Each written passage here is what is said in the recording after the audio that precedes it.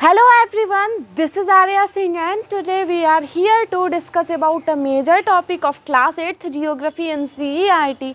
आज जो देखने जा रहे हैं वो हमारे चैप्टर 4 एग्रीकल्चर का कॉमर्शियल ग्रेन फार्मिंग है। So first of all we will all on the channel of let's discover it, जहाँ पर हम ज्योग्राफी को कवर कर रहे हैं और यहाँ तक कि हम लर्न विथ एडी बुक को भी स्टार्ट करने वाले हैं। यहाँ तक कि आपके लिए एक सरप्राइज़ भी है। वो सरप्राइज़ ये है कि उसका जो एक रिव्यू है कि मैंने उसे जो ऑनलाइन मंगवाया उसकी क्या कॉस्ट थी, कौन कौन सा कंटेंट है, वो सारी चीज़ें मैंने आपको पिछले वीडियो में बता दिया है। अगर आपने वो वीडियो नहीं देखा तो जाकर चेकआउट करो क्योंकि उसे मैंने आज ही अपलोड किया है। ओके, तो आज देख लेते हैं मेन टॉपिक, वो तो एक्स्ट्रा चलता रहेगा। आज हम देखेंगे ज्योग्राफी का नया टॉपिक जो है कॉमर्शियल ग्रेन फार्मिंग। ओके, अब ये कॉमर्शियल ग्रेन फार्मिंग क्या है? हमारा जो कॉमर्शियल फार्मिंग है उसे हमने 3 पार्ट्स में क्लासीफाई किया है। वो है कॉमर्शियल ग्रेन फार्मिंग, एक था हमारा मिक्स्ड फार्मिंग और एक था हमारा प्लांटेशन। ठीक है, प्लांटेशन में हम लोगों ने क्या सीखा? प्लांटेशन में हम लोगों ने ये चीज़ देखी कि जब हम एक लार्ज स्केल ऑफ लैंड पर सेम क्रॉप्स को ग्रो कर देते हैं तो उससे वो प्लांटेशन कहलाती है। जैसे श्रीलंका और इंडिया में जो टी है ना उसकी प्लांटेशन होती है। रबड़ की प्लांटेशन बहुत ज़्यादा मलेशिया में होती है। ओके, और फिर ब्राज़ील में हमारी कॉफ़ी की होती है, जो मेन चीज़ आपकी बुक में दिया गया है। प्लांटेशन के अलावा हम लोगों ने और बहुत सारी यानी मिक्स्ड फार्मिंग कौन कौन से जगह पे की जाती है, कैसे होता है, मिक्स फार्मिंग में क्या क्या होता है, सारी चीज़ों को हम लोगों ने पिछले वीडियो में क्लियर किया है। आज देखेंगे commercial grain farming. Commercial grain farming किसे कहते हैं? कॉमर्शियल ग्रेन फार्मिंग का पहले डेफिनेशन है, मैंने जो लिख के रखा है। फिर कॉमर्शियल ग्रेन फार्मिंग कहाँ कहाँ होता है उसे मैंने लिख के रखा है। उसके बाद क्या कभी कभार ऐसे भी रीजन्स होते हैं जिससे जो हमारा कॉमर्शियल ग्रेन फार्मिंग होता है उसमें जो जैसे अमाउंट यानी क्वांटिटी, जिस क्वांटिटी से हम क्रॉप्स को ग्रो कर रहे हैं उनमें कटिता आती है, यानी उनमें उनकी जो क्वांटिटी है वो कोई रीजन से घट जाती है। बढ़ जाए तो ये तो अच्छी बात है, लेकिन घट जाती है तो वो सारी रीजन्स को आज हम क्लियर करने जा रहे हैं। Okay, if you are new on my channel subscribe it और if you like this video tap the like button.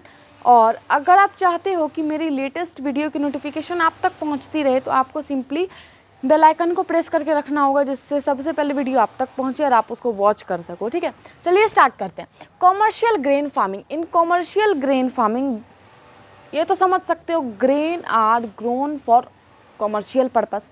Commercial purpose मतलब बिजनेस पर्पस, उसे हमें बेचना है तो उस पर्पस के लिए हम ग्रेन्स को ग्रो करते हैं कॉमर्शियल ग्रेन फार्मिंग में। ओके, तो वही मैंने यहाँ पे लिखा है, in commercial grain farming crops are grown for commercially purposes. Okay, complete. Second चीज़ है wheat and maize are common commercial grown farmings, commercial grown grains. ठीक है, तो 2 मेजर ग्रेन्स के यहाँ पे आपको नाम दिए गए हैं जो आपको 1 मार्क क्वेश्चन में एग्जाम में ज़रूर पूछा जाएगा, जो है वीट और मेज। ये दोनों ऐसे ग्रेन्स हैं जो बहुत ही कॉमन है, जिन्हें कॉमर्शियल पर्पस के लिए बहुत ही ज़्यादा ग्रो किया जाता है। कौन कौन से? वीट और मेज। ओके, चलिए वीट मेज तो हम लोगों ने देख लिया। अब major areas where commercial grain farming is practised. Okay, तो अब कुछ ऐसे एरियाज़ को देख लेते हैं जहाँ पर कॉमर्शियल ग्रेन फार्मिंग को सिंपली प्रैक्टिस्ड किया जाता है। तो वो एरिया है टेम्परेट ग्रासलैंड पहला। ठीक है, temperate grassland of north America. North America में जो टेम्परेट ग्रासलैंड है।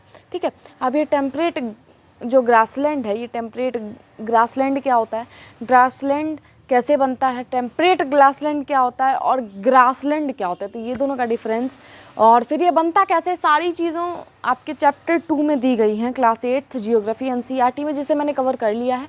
तो आप जाकर major vegetations of on earth पे ये वाली चीज़ें सीख सकते हो। तो हर एक वे में मतलब है नहीं ना कि टॉपिक अभी हम सीख रहे हैं ना, तो पिछले हम लोगों ने जो जो टॉपिक कवर किए वो भी आते जाता है। ठीक है, तो हिस्ट्री रिटर्न, तो ये जो हिस्ट्री रिटर्न हो रही है तो ये हम ना मतलब हर समय एक्सप्लेन नहीं कर सकते क्योंकि उसकी मैंने एक एक्सप्लेन्ड वीडियो आपको दे दी है। चलिए आप वहाँ पे जाके चेकआउट कर लीजिएगा लेट्स डिस्कवर इट चैनल पे।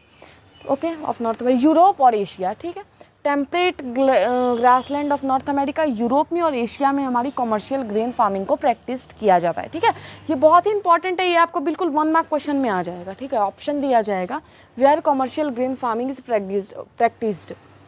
हो सकता है 4 ऑप्शन रहेंगे, 4 में आपको ये ऑप्शन एक दिया रहेगा 3 नंबर में, 1, 2 और 4 नंबर में कुछ और दिया रहेगा, तो आपको वहाँ बिल्कुल कंफ्यूज नहीं होना है, ठीक है। चलिए अब देखिए यहाँ पे कहते हैं these areas are sparsely populated with large farms spreading over 100 of हेक्टार्स।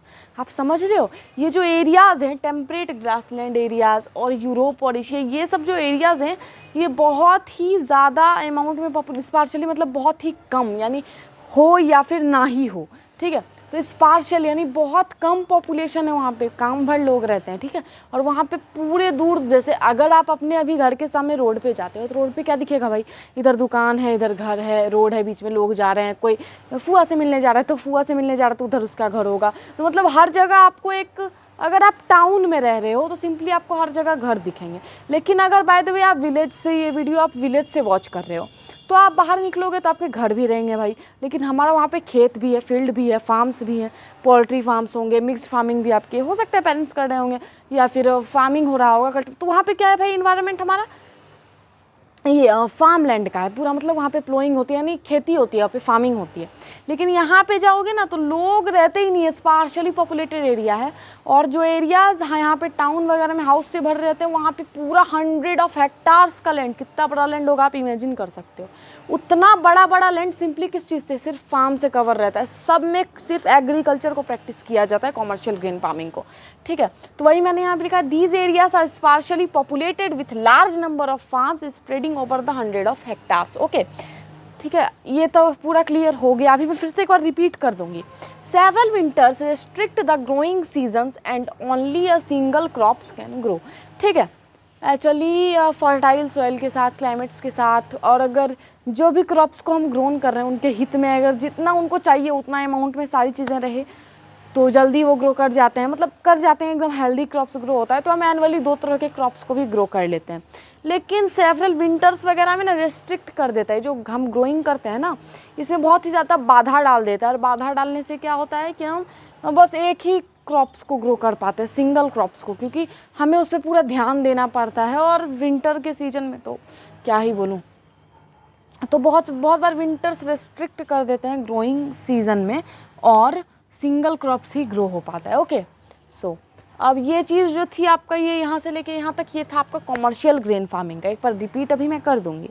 उसके नीचे यहाँ पर एक डू यू नो है जो आपके बुक में दिया गया है, मेजर क्रॉप्स के बारे में जब हम पढ़ेंगे तो वहाँ पे एक डू यू नो है मेज के बारे में। Maize is also known as corn, maize को हम लोग दूसरे नाम कॉर्न के नाम से भी जान जाते हैं।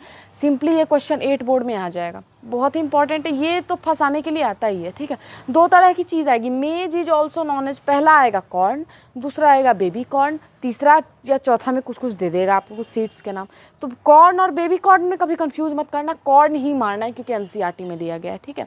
और एक क्वेश्चन पूछा जाता है, बहुत ही कंफ्यूजिव क्वेश्चन, बोला जाता है ब्लैक गोल्ड के नाम से किस फ्यूल को जाना जाता है। पहले में देता है आपको कोल, परेशान करने के लिए, पहले में दिया जाता है कोल, दूसरे में दिया जाता है पेट्रोलियम, ठीक है, तीसरे में, मतलब आपको बहुत सारे फ्यूल्स के नाम दिए जाएंगे। तो आप मतलब पेट्रोल और कोल इस दोनों में कंफ्यूज कर जाओगे कि इसमें मारना क्या है, ठीक है। लेकिन एनसीईआरटी जो कहती है उस पर चलना, एनसीईआरटी इसमें दी गई है, यहाँ तक कि ये सही भी है, दिया गया है कि ब्लैक गोल्ड के नाम से हम पेट्रोलियम को ही जानते हैं, ठीक है। सब बोलेगा कि नहीं भाई गोल्ड है तो कोल ही होगा हमारा ब्लैक गोल्ड, ऐसा नहीं होता, पेट्रोलियम होता है ब्लैक गोल्ड। ओके, बुक में भी दिया गया है, मैंने पढ़ा दिया है पिछले chapters, mineral and power resources वाले चैप्टर में मैंने ये भी बता दिया है, ठीक है, वो भी वीडियो चेकआउट कर लेना। चलिए, मेज को हम लोग किस नाम से जानते हैं भाई, कॉर्न, एकदम याद कर लो, बुक लेके बैठे हो तो स्टार्ट मार्क बना लो, ठीक है। साइड हो जाती हूँ मैं, पूरा स्क्रीनशॉट ले लो बिकॉज दिस, ये वाला क्वेश्चन बिल्कुल अटकाएगा एग्जाम में। Various colourful varieties of maize are found across the world, पूरे वर्ल्ड में various colourful varieties of maize पाए जाते हैं, कलरफुल। आज तक हम लोगों ने कितने तरह के मेज खाए होंगे, एक तो सिंपली जो येलो कलर का होता है ना भुट्टा, स्क्रीन पे दिख रहा होगा ये वाला, सिंपली हमने ये खाया है, लेकिन डिफरेंट कलर्स के भी पाए जाते हैं। ये देखो, एक्चुअली मैंने इसे मतलब निकाला है गूगल से, मैंने भी आज तक इसे खाया नहीं है, पर अगर आप खाए हो तो कमेंट सेक्शन में ज़रूर लिखना। तो पूरा ये वीडियो होता है कंप्लीट। अगर आपको ये वीडियो पसंद आया हो तो लाइक करिए, शेयर करिए अपने फ्रेंड के साथ। चैनल पे नए हो तो चैनल को सब्सक्राइब करिएगा। From this side Arya Singh, thank you.